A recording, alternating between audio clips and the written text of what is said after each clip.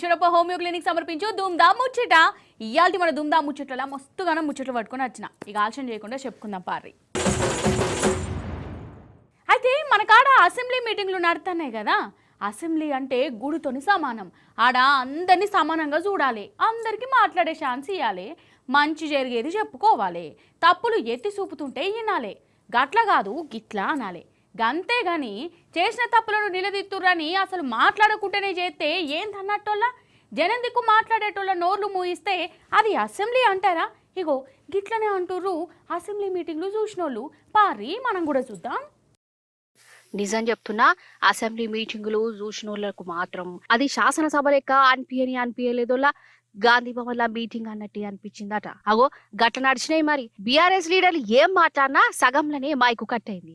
వాళ్ళకు మాట్లాడే ఛాన్స్ కూడా ఇయ్యలే. వాళ్ళు మాట్లాడుతుంటే అధికార పచ్చమోలు అడ్డం పడ్డారు, లేకుంటే మైకులు బంధు పెట్టురు. జనం తక్లీఫ్ల గురించి పాలన గురించి మాట్లాడుతుంటే షెయి పార్టీ లీడర్లకు కోపాలు వచ్చినాయి. అంతేందుకు మూసీ మీద మన తలసాని సీనన్న మాట్లాడిండు. మేము పునరుద్ధరణ కార్యక్రమానికి సహకరిస్తాం, కానీ పేదవాళ్ళకు జరిగేటువంటి నష్టం విషయంలో మీరు ఏ పద్ధతిలో చేస్తారు అనేటువంటి అంశం చెప్పారు వాళ్ళు. దాంతోపాటు కాళేశ్వరం మల్లన్న సాగర్ నీళ్ళు తీసుకొచ్చి 2.5 TMC ఇస్తుండ్రు అనేటువంటిది దాని డీటెయిల్స్ కూడా చెప్పని చెప్పారు. ఎక్కడ కానీ ప్రభుత్వాన్ని కానీ లేకపోతే మీరు పెట్టినటువంటి ఈ యొక్క మూసీ రివర్ ప్రాజెక్టు విషయంలో కానీ అపోజ్ చేసినట్టు వారు మాట్లాడిన సందర్భం లేదు. కానీ ముఖ్యమంత్రి గారికి అంత ఆవేశం ఎందుకు? కడుపుల విషయం మాకున్నా ఆయనకున్నదా? ఏం మాట్లాడుతున్నారు సార్ ఆయన? మేమేమన్నా స్పీకర్ గారు మేమేమన్నా బాధ్యత రహితంగా మాట్లాడినామా?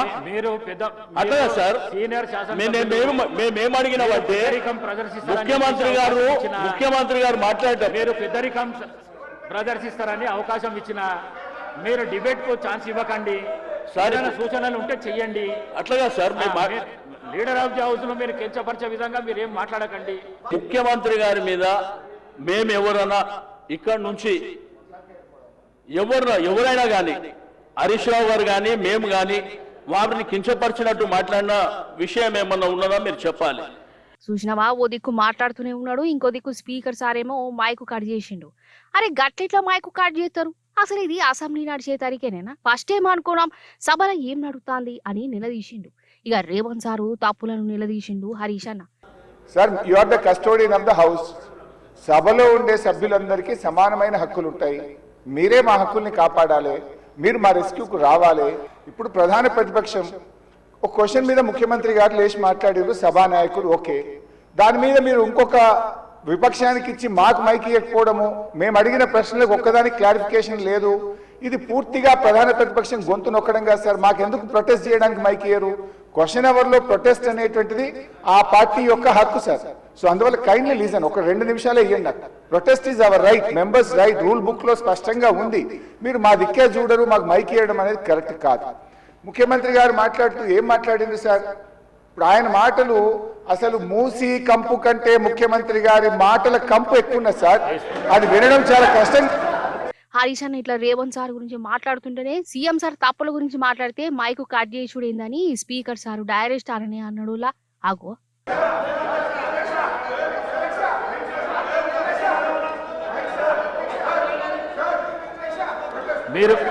మీరు క్వశ్చన్ కు సంబంధించి మాట్లాడుతా అంటే మీకు మైక్ ఇస్తాను. మీరు ముఖ్యమంత్రిని విమర్శిస్తా అంటే నేను మైక్ ఇవ్వను. ముఖ్యమంత్రిని విమర్శిస్తా అంటే మైక్ ఇవ్వను. ప్లీజ్ మీరు కూర్చోండి. మరి సీఎం సార్ మాత్రం ఇష్టం వచ్చిన తీరులో మాట్లాడవచ్చునా? అరే అసెంబ్లీ అంటే అందరికి మాట్లాడే ఛాన్సులు ఇవ్వాలి, ఏం చెప్తారో పూరా వినాలే కదా. కానీ అసెంబ్లీలో అట్లా గాననే వాళ్ళే అధికార పచ్చమూలేమో ఎంతసేపు అంటే అంతసేపు మాట్లాడుకుంటూనే పోయిరు. బీఆర్ఎస్ వాళ్ళు మాట్లాడుతుంటే మాత్రం మైకులు ఆగిపోయినాయి. స్పీకర్ సార్ అంటే పార్టీలు గీటీలు పక్కన పెట్టి అందరినీ సమానంగా చూడాలి, గాని గిట్ల చేస్తే అసలు ఈ సమావేశాలు పెట్టి ఏం ఫైదా? ఎవరి కోసం పెట్టినట్టు? ఇక స్పీకర్ సారు తీరు నచ్చక బీఆర్ఎస్ పార్టీ వాకౌట్ చేసింది. ఈ తప్ప అసెంబ్లీ మీటింగులకు రామని బాయ్కట్ చేసింది. అసెంబ్లీ నుంచి గస్ పార్కు దాకా నడుచుకుంటా పోయి ఆడ ఆందోళన చేసిరు బీఆర్ఎస్ లీడర్లు.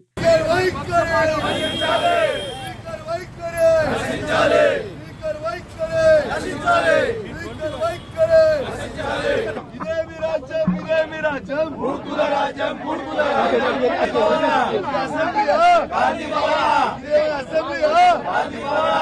స్పీకర్ గారు ఆన్ రికార్డ్ అక్కడ కూర్చొని మీరు ముఖ్యమంత్రి గారి మీద విమర్శ చేయొద్దు అంటాడు. అనొచ్చా అట్లా స్పీకర్?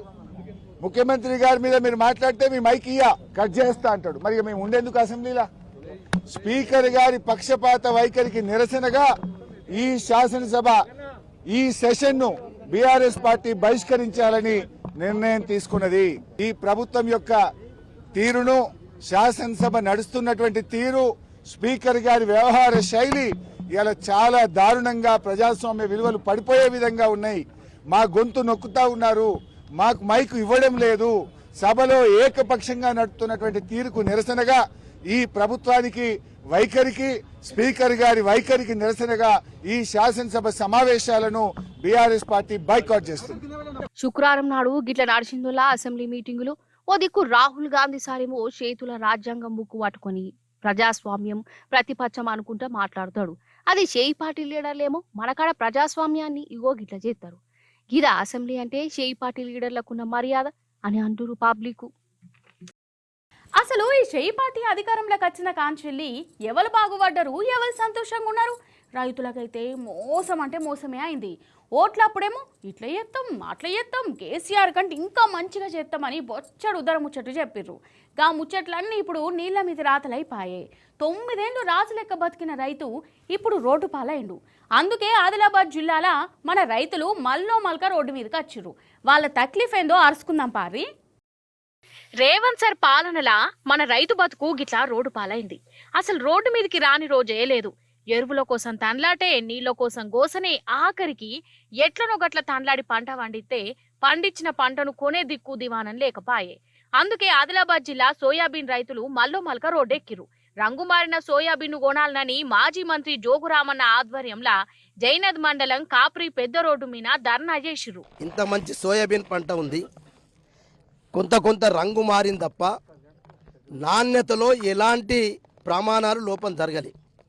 ఈ విషయంలో రాష్ట్ర ప్రభుత్వానికి, కేంద్ర ప్రభుత్వానికి బీఆర్ఎస్ పార్టీ అనేక రోజుల నుంచి అటు కేంద్రం ఉన్నటువంటి వ్యవసాయ శాఖ మంత్రి, రాష్ట్రం ఉన్నటువంటి వ్యవసాయ శాఖ మంత్రి గారికి ఈ రైతుల పక్షాన రైతు సంఘాలు కానీ బీఆర్ఎస్ పార్టీ కానీ ఎన్నో రోజుల నుంచి మొరబెట్టుకుంటా ఉన్నాం. మరి మా మొరను ఎవడు అర్థం చేసుకున్నప్పుడు ఇటు కేంద్రమేమో రాష్ట్రం కొనాలంటారు, రాష్ట్రమేమో కేంద్రం కొనాలంటారు. అంటే ఈ మధ్యన రైతు కావాలా? ఇప్పటికే 29 మంది రైతులు ఈ జిల్లాలో చనిపోయిందంటే అని మరి ఇలా రైతులకు మనోధైర్యం ఇవ్వడం కూడా బీఆర్ఎస్ పార్టీ తప్పు చేస్తున్నట్ట. ఇగో గిది రైతుల గోస. పంట కొనాలంటే ఎన్నడూ లేని తీర్లా కొత్త కానూన్లు పెడుతుందట సర్కారు. రంగుమారిన సోయాబీన్ కొనమంటుర్రట. గా కానూన్లు చేయబట్టి రైతులు ఇగో గిట్లా లాస్ అయితుర్రు. లాస్ కావడానికైనా కష్టపడి పంట పండించింది కథ గాని కేసీఆర్ సార్ సీఎం ఉన్నప్పుడు గట్లుండేనా కథ? ఒక్క రైతన్న రోడ్డు మీదకి వచ్చిండా? ఇప్పుడే ఎందుకు గింతగానం తండాడాల్సి వస్తుంది? రైతు బతుకు రోడ్డు పాలు ఎందుకైంది? అసలు రైతులను పట్టించుకొని ప్రభుత్వం ఎందుకు? ఓ దిక్కు యూరియా బత్తాల కోసం చల్లటి సలిలా కిలోమీటర్ల పొడుగుత లైన్లు కడుతుర్రు. ఇంకో దిక్కు పండించిన పంటను కొనేతందుకు సవాలచ్చే కండిషన్లు పెడుతుర్రు. గిదేనా రేవంత్ సార్ తెత్తనన్న మార్పు అని రైతులు గరమైతుర్రు. అయితే ఇప్పుడు మనం శ్రీశైలం కాడికి పోదాం. మల్లికార్జున స్వామి దర్శనానికి ఆనేరు, దేవుని దర్శనానికి కాదు, పులిని దర్శనం చేసుకోవాలి. ఊకో అవ్వ, పులిని చూడాలంటే శ్రీశైలం దాకెందుకు, జూ పార్కులు ఉండయా అంటారా? అది ఇట్లాంటి పులి కాదు, చాలా విచిత్రమైన పులి. ప్రతి ఏడాది కొత్త సంవత్సరం నాడు విషు హ్యాపీ న్యూ ఇయర్ అని చెప్పేటందుకు ఒక అయ్యగారింటికి వస్తుందట. అరే ఆవంటే అగో ఇప్పుడు కూడా వచ్చింది. మరి హ్యాపీ న్యూ ఇయర్ చెప్తుందా లేదా అరుచుకుందాం పారి. ఇప్పుడు మనం శ్రీశైలంలో ఉన్నాం. పాతాళగంగా మెట్లతోవా. ఈడ ఒక చిన్నపాటి ఇల్లున్నది. పూజారి సత్యనారాయణ శాస్త్రి సార్ ఉంటాడట. ఇంటి అరుగు మీద చూడుర్రి, ఆగురి చూసే ముందు టైము డేటు చూడుర్రోల్లా. మీదున్న చూడు, 2వ తారీఖు 1వ నెల 2026 అర్ధరాత్రి దాటి 2 గంటలు అవుతుంది. ఈ 2 గంటల టైంలో అగ్గో కనబడ్డదా చిరుత పులొచ్చింది. వామ్ము, ఎవరి కోసమో చూస్తున్నట్టు, ఏమో పొడగొట్టుకున్నట్టు బిల్లు బిత్తిరి దాని లెక్క దిక్కులు చూస్తుంది కదా. ఇక దానికదే పోయిందటతి.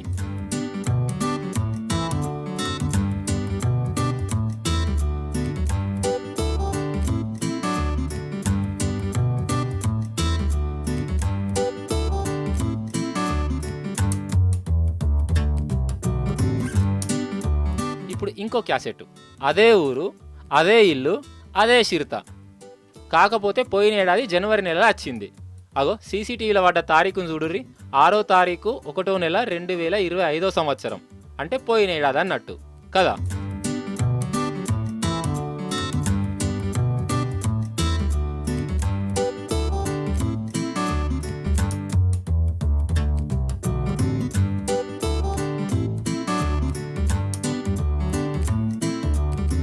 పోయిన ఏడాది చిరుతపులు వచ్చింది, మళ్ళీ ఈసారి కొత్త ఏడాదికి మళ్ళీ ఇదే ఇంటికి వచ్చి అటు ఇటు తిరిగిపోయింది.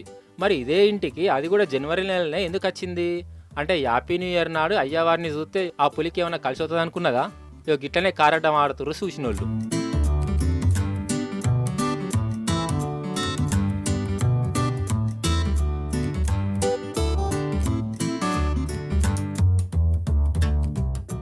అసలు నాకు తెలియక అడుగుతా, సర్కారు కొలువు చేసేది ఎందుకోసం వల్ల నేను చెప్పాలనా?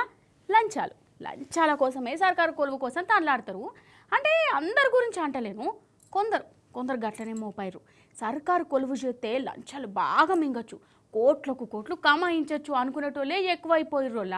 అనుకుంటేంది, వేల రూపాయల జీతగాళ్ళు కూడా కోట్ల రూపాయలు వెనకేసుకుంటారు కూడా. అగు గసంటి ఆఫీసర్ ఘనకార్యమే సూద్రట పారి. వామ్మో చూసిరా ఏం తిరుగుతున్నాయి కదా కట్టలు, నోట్ల కట్టలు, 1 2 3 4. వామ్మో ఎన్ని నోట్లు చూసిరా ఏ తిరుగున్నాయో.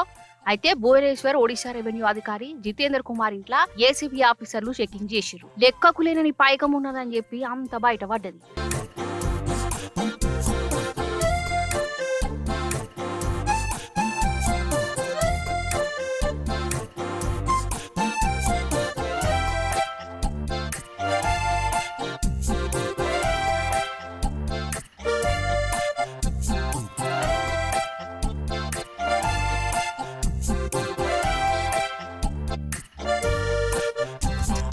రెవెన్యూ డిపార్ట్మెంట్ లో పనిచేస్తున్న జితేందర్ సార్ కు గవర్నమెంట్ ఇచ్చే జీతం కన్నా బెంచ్ కిందకెళ్లి తీసుకునే పైకమే ఎక్కువ.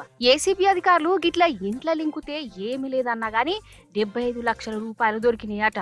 ఇక బంగారం ఎండి అన్ని కలిపి 82 లక్షల రూపాయలు ఉంటాయట. గవర్నమెంట్ కు తెలవకుండానే గింత పైకం ఎరకేసిందంటే 3 డబల్ బెడ్రూమ్లట, 4 ఫ్లాట్లు, 7 లక్షల బంగారము. ఇంకా ఇవన్నీ ఏసీబీ అధికారులు పట్టుకున్నారు. గవర్నమెంట్ జాబ్ వస్తే పని కన్నా మన పని చేసుకున్నాడు ఎక్కువ అనుకున్నాడేమో మరి ఈసారు. అన్ని రోజులు ఒకటే రోజులు ఎక్కున్నాయి, ఏదో ఒక రోజు పాపం పండుతుంది, అప్పుడు గిట్లనే అవుతుంది. అరటి పండు తిన్నా పండ్లు ఇరుగుతాయి. మంచు కురిసే వేళలో నిజం చెప్తున్నా, నిన్నటి సంది గీ పాటనే నా నోట్ల నాంతాందోళ్ళ. ఎందుకో మీకు కూడా ఎరక ఏముండాలి, ఓ దిక్కు సలాయే, ఇంకో దిక్కు మంచాయే, బయటికి వెళ్తే గజనేనాయే. అవును, మనకెళ్ళే గిట్లుందంటే మరి అటు మీది బాజుకు ఇంకెట్లున్నది కావచ్చు, అక్కడోళ్ళు ఎట్లుంటారు అయ్యి ఉండాలి. ఏది కెమెరా అన్న గటికెళ్ళి తిప్పే, నీకు పుణ్యం ఉంటుంది. కానీ మంచు కంటే ముందుగాల ఇగోకి కొండ చర్యల సంగతి చూద్దాం. అగో కొండలు ఎట్లా పడుతున్నాయో చూడు. జనం కార్లకెళ్ళి దిక్కుంటా ఉరుకుడు మొదలు పెట్టిర్రు. వామ్ము మాకేం కావద్దు, ఇగోగి అక్కని చూడు ఎట్లు ఉరుకుతున్నదో. అగు ఈ తెల్లంగా అన్నను చూడుర్రి, అందరికంటే ముందు నేనే ఉరకాలే, వామ్మో నాకేం కావద్దు అనుకుంటూనే ఉరుకుతున్నాడు. జమ్మూ కాశ్మీర్ బరాముల్లా జిల్లాలోని ఎకో పార్క్ కొండల మీద ఉన్న బండరాలన్నీ కూడా ఇట్లా రోడ్డు మీదకి పడ్డాయి. ఇంకా నయం ఎవరికి ఏం కాలేదట.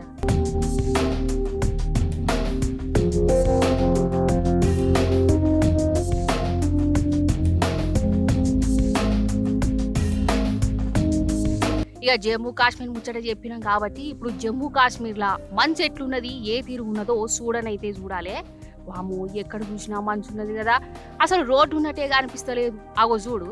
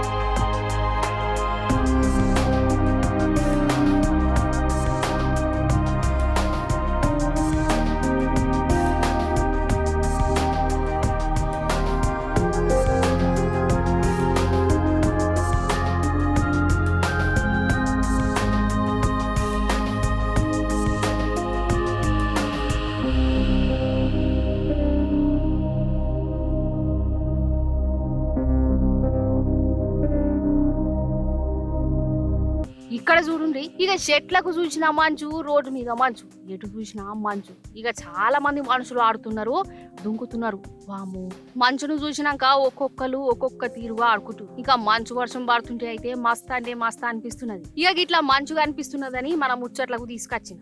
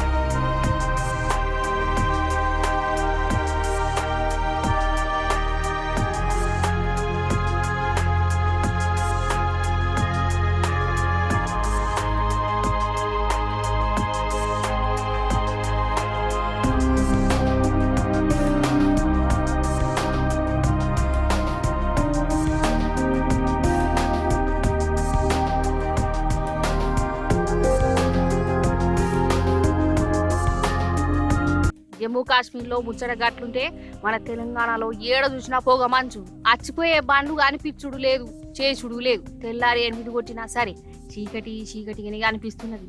చలికి కొందరైతే బయటకు రానికి కూడా గజ్జున ఉనుకుతురు. వాము, ఏ విషయాలు ఏమో. ఇప్పుడే గిట్లుంటే రాను రాని చలి ఇంకా ఏ తిరుగుంటుందో ఏమో. ఇవి ఆల్ది ధూమ్ధామ్ ముచ్చట్లు. మళ్ళీ చేపి చోట్ల ఇంకిన్ని ముచ్చట్లు పట్టుకుని వస్తా. అప్పటిదాకా చూస్తూనే ఉండు టీ న్యూస్.